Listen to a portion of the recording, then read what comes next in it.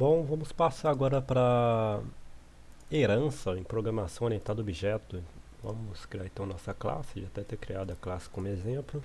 Herança na programação orientada a objeto permite criar uma nova classe a partir de uma já existente, contendo os atributos e métodos do qual deriva. Eu vou criar uma classe carro definindo alguns atributos para começar o nosso exemplo. Então, public class carro.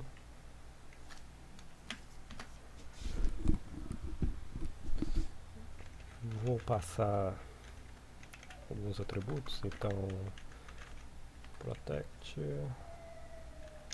readline, int, velocidade máxima e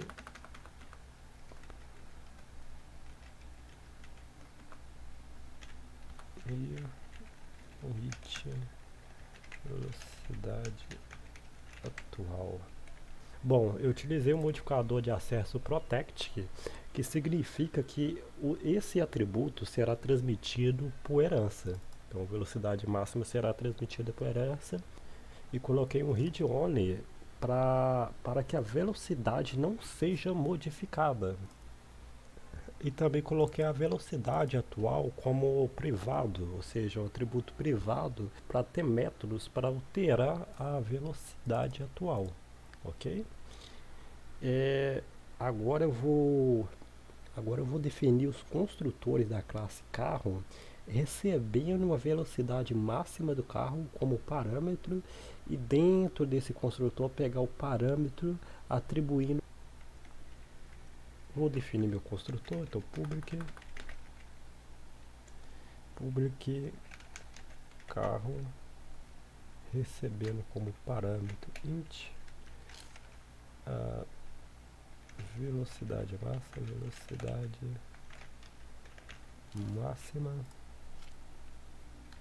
e vou pegar o parâmetro atribuído e atribuir para esse atributo somente leitura do tipo inteiro.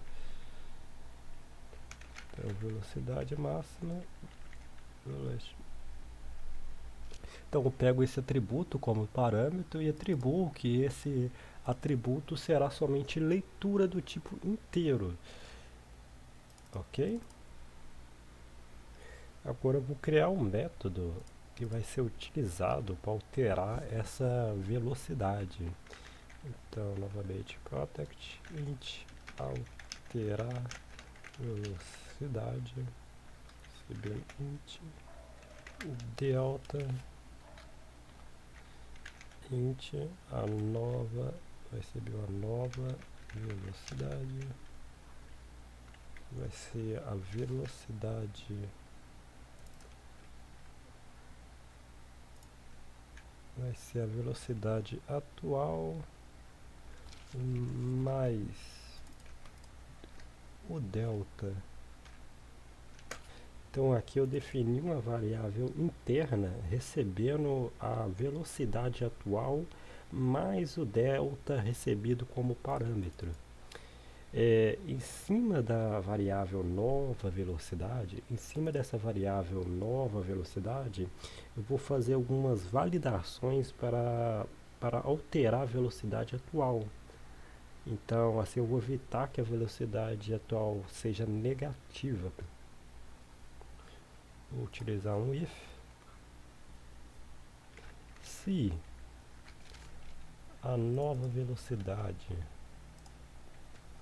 for menor do que zero, então simplesmente eu vou informar que a velocidade atual vai ser igual a zero, ok? Usar um else if. Se a nova velocidade for maior que a velocidade máxima, então a velocidade atual dessa vez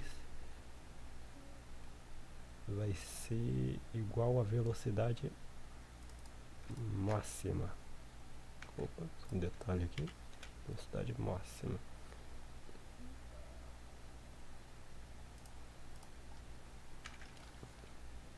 Para a velocidade atual, número assim, então a velocidade atual vai ser igual à velocidade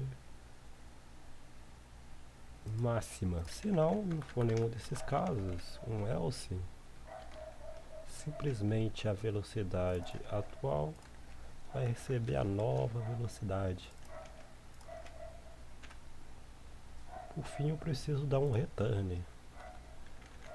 Return, vou retornar a minha velocidade atual. Bom, agora eu vou criar um método para acelerar e frear. Então, vamos criar o nosso método. Então, public int acelerar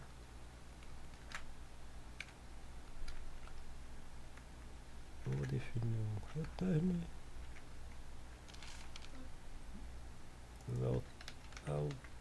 vai receber a variável recebida como herança, alterar a velocidade, vamos aumentar 5, ok? E para frear, um public int frear retornando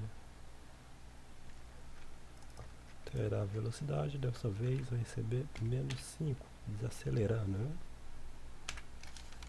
Então qualquer classe que herdar da classe carro vai receber esses dois métodos com essas implementações, ou seja, ele vai acrescentar 5 quando chamar o método acelerar e subtrair 5 quando eu chamar o método frear. Agora vamos implementar a nossa primeira classe que vai herdar de carro.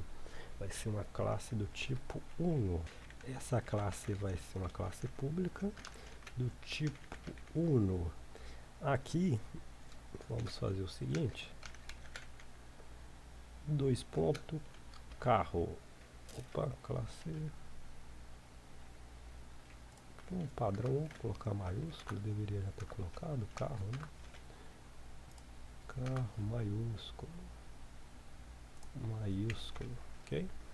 Então aqui public classe une dois pontos carro, ou seja, automaticamente a classe una vai receber alguns métodos como herança da classe carro. Observe que aqui está acusando erro. O que acontece? Na classe carro, eu não tenho um construtor padrão. Então, para que a classe Uno herde da classe carro, eu vou precisar, eu posso criar um construtor padrão. Então, só como exemplo, então, o construtor padrão ele vem vazio, sem passagem de parâmetro. Repare que ele já não acusa erro, porque agora eu já tenho um construtor padrão. Mas caso você não queira criar um construtor padrão para conseguir herdar essa classe, é necessário definir um construtor dentro da classe Uno. Ou seja, como que a gente faz isso? Para definir um construtor dentro da classe Uno, então um public, vou pegar a minha classe que está sendo instanciada, mas vou abrir, abre e fecha para os dois pontos, herdando da classe e definir 200, né? Então o que acontece? O construtor de Uno chamando o construtor da base. O construtor da base espera receber por parâmetro a velocidade máxima. Então, como parâmetro, ela espera receber a velocidade máxima no construtor, que é do tipo inteiro. Então, os atributos que eu vou passar aqui nesse parâmetro devem ser do tipo inteiro, referente ao parâmetro da classe, que está esperando uma velocidade máxima do tipo inteiro. Então, portanto, ao acertar o valor no parâmetro da base, precisa do tipo inteiro. Agora, dentro do método executar, eu vou criar a instância dessa nova classe do tipo Uno. Então, vamos dentro do método executar, vamos instanciar agora a nossa classe. Então, para instanciar a nossa classe, vamos definir o tipo da nossa classe, que vai ser do tipo Uno. Vamos dar um identificador, que vai ser agora um carro 1, recebendo o operador new, que vai chamar o método construtor, que por padrão sempre recebe o método da classe que está sendo instanciada, ok?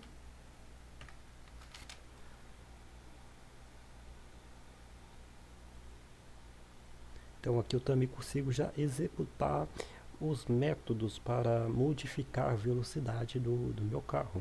Então para isso, vamos dar um CW.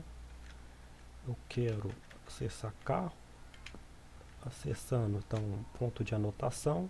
Repare que aqui eu consigo acessar os métodos dessa classe, porque ele está enredando. Continuando, acelerar. Novamente dá um CW. Quero acelerar mais uma vez, então carro. Ponto 1, acelerar. O método acelerar. E agora para frear, carro ponto 1, rotação ponto, também consigo acessar o método frear. Ok? Vou fazer algo interessante, vou frear 3 vezes. Vamos executar na tela para verificar. Então, aqui executando o nosso código, ele deu 1, ele acelerou uma vez, então foi para 5. Nosso método, utilizando o método acelerar, onde ele adiciona 5, ele acelerou novamente, então foi para 10. Ao frear, subtrai 5, então ele voltou para 5. Freou novamente, ele voltou para 0. E ao frear novamente, ele ficou novamente 0, já que definimos que a velocidade nunca será negativa.